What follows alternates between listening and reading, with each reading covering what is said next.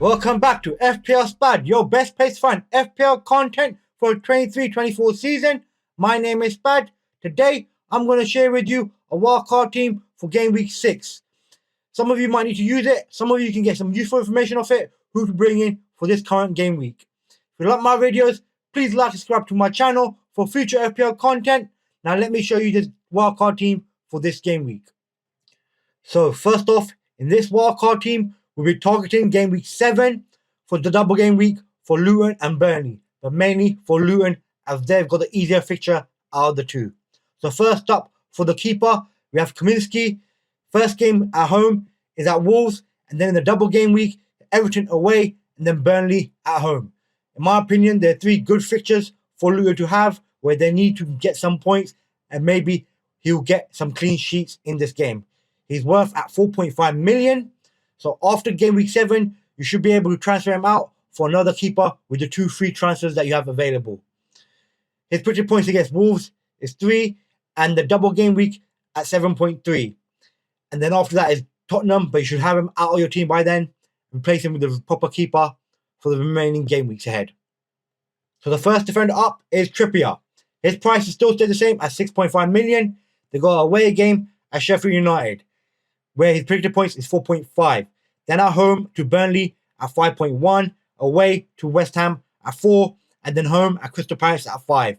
His predicted points so far is pretty good, so in my opinion. Got great fixtures lined up, so he should be in your team because he can get bonus points a lot of the times. Showed in the last game, he picked up 2 bonus points, and Botman picked up the other 3. He's made 18 points so far. His ownership is at 31%. So it's pretty high. A lot of people already had him from beforehand, before I even brought him in last week. So in my opinion, he's a great choice to have as your first defender. Now for the second defender, another Luton player to target game week 2. He costs 4 million. His next game up is the Wolves, Everton, and then Burnley. Predicted points are pretty low because the AI is not sure if he's going to get minutes. But what I saw from the last game, he looks pretty nailed on to start. He's has a lot of attacking qualities in him to get some assists in those games. His predicted points are 2.7 and 4.7 for the double game week, which is pretty low, but I think AI is wrong about this, and he will get more points than that in those 2 game weeks.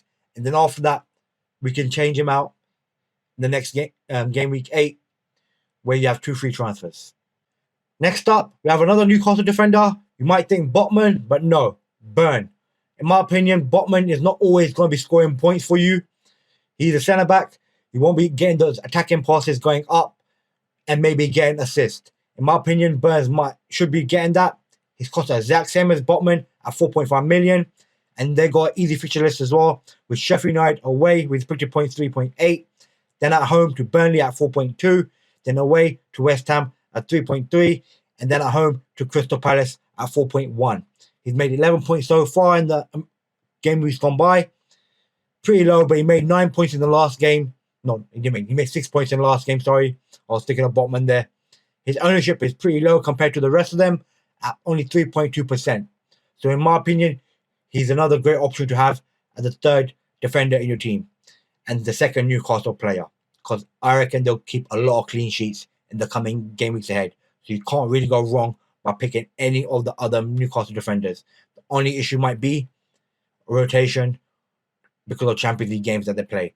But we're not sure exactly how Eddie Howe is going to react to Champions League. Is he going to rotate, or is he just going to play the same back 4 game in, game out? But for now, we have to assume he is. And these are the 2 Newcastle players I have chosen in this wildcard team. Now for the first midfielder, Salah. 12.5 million. His price hasn't increased yet. People have been bringing him in, but the bar is set a lot higher than other transfers where he has to be bought in a lot more before his price can increase. His next game up is against West Ham at home. Predicted points of 7, and then Tottenham away at 6.4, and then Brighton at home at 6.1. Those 3 games are probably the hardest games Liverpool have in the next 10 game weeks.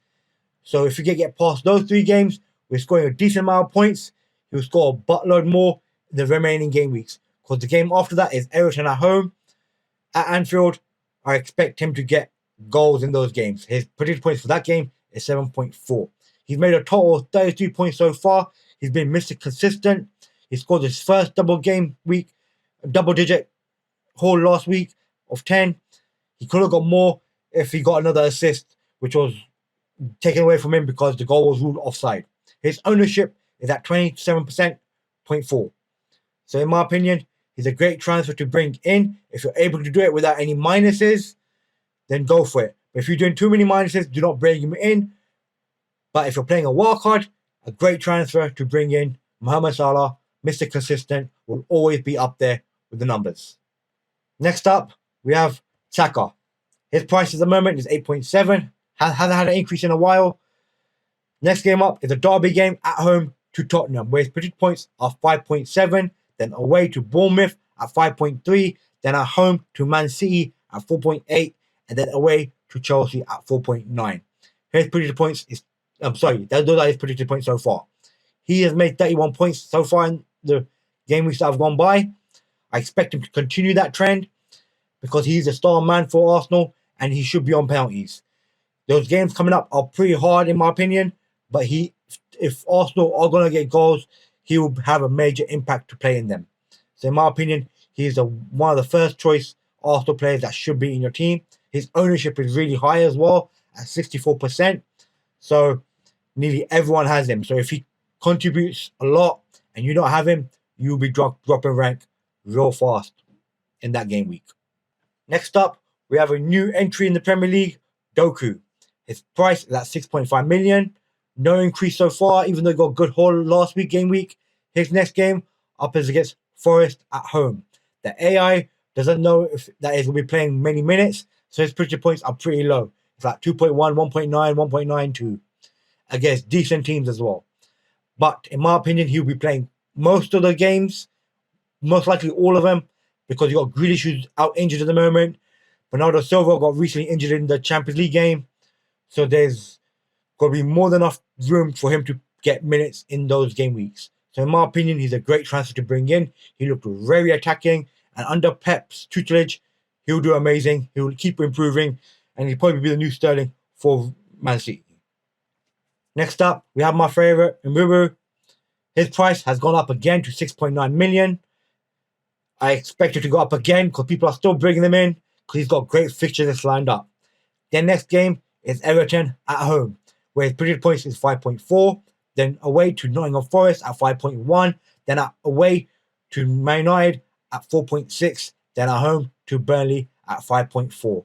He's made a total of 35 points so far, and his ownership is at 29.2% at the moment. In my opinion, he's a great transfer.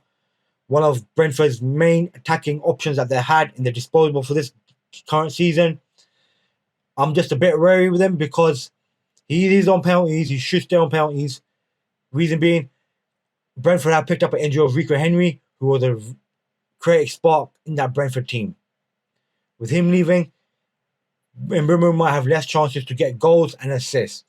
I'm hoping I'm wrong, and that trend does not come to fruition. But let's hope for the best, and that he continues to get those FPL points by getting goals and assists for Brentford. Next up, a wild card wouldn't be finished without him, Haaland. His price is at 14.1 million. That 0.1 million should not affect you because everyone should already have it from the start of the game week 1. So you're in 1.1 profit, so that shouldn't affect the price of this whole team. Their next game up is Nottingham Forest at home. His predicted points for that is 10.4. And I expect him to get that. To get at least 2 goals and the 2 bonus points, maybe 12 points in general in that game. But anything can happen. He might not get no points. But hopefully he gets big points in the Nottingham Forest game. Then the game after that is Wolves away. Predicted points at 8.7. Then away to Arsenal at 7.8. Then at home to Brighton at 9.1. He's made a total of 45 points so far. His ownership has gone up to 92.3 now. Still not 100%. We might get there by the end of the season. I reckon the people that haven't bought him in just don't play the game no more. Or they just don't want to win. So, Haaland, your first choice striker. So next up, we have Jesus for Arsenal. His price is at 7.9 million. Next game up is the derby against Tottenham at home. At predicted points at 4.6. Then away to Bournemouth at 4.3. Then at home to Man City at 4. Then away to Chelsea at 4 as well. He's made the total points of 8 so far. He made the 6 points from the game week before that, and then 2 points in the last game week when he came off the bench. His ownership is really low at only 3%, so he's a great differential to have. From what I saw in the Champions League game the other day, he looked like he's back to his best, scored a great goal, and hopefully he gets his starting place back against Tottenham and he gets some goals in those games because he's well and capable of getting them goals. And next up, we have the man that's at the moment on fire. Everyone's bringing him in. His price has gone up to 6.9 million as I made this video. Next game up is against Nottingham Forest at home, 5.4 million. Away to Bournemouth and Wolves at 4.7. Away to Arsenal at 4.4. Then at home to Brighton at 4.9. He's made a total of 37 points so far. His ownership is at 22.1%. People are bringing him in because he has been on fire for the last few game weeks. And in my opinion, the second best option in strike force that you can have. He's been on my team for 3 weeks now, and he's paid off. And he's just looking like he's improving every game. In the Champions League game when he scored the first goal, amazing goal. 1-2 touch, bang, in the back of the net. Amazing. He's just going to keep improving. He's still young, and he's got high potential, especially working under Pep. So in my opinion, he is the final forward to be in your team for this wildcard team. For the bench, we have Areola in goal, 4.5 million. He's got a hard game this week. Is the reason why we have the Luton goalkeeper playing instead. He will be back game week 8 or whoever you bring in for the Luton keeper, Kaminsky. Next defender we have is Gusto at 4.2 million. You can play him instead of the Luton defender this game week if you feel like it, but it's personal choice. I'll probably play the Gusto instead of the Luton defender this game week. Then after that, we have Lamptey.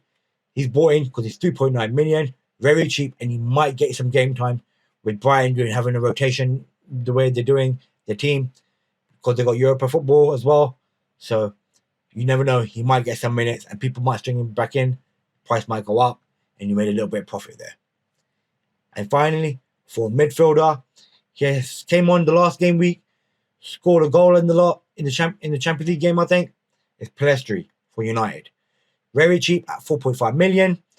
He's chosen because he's the cheapest possible one I could choose, and that might be getting possible game time. You never know.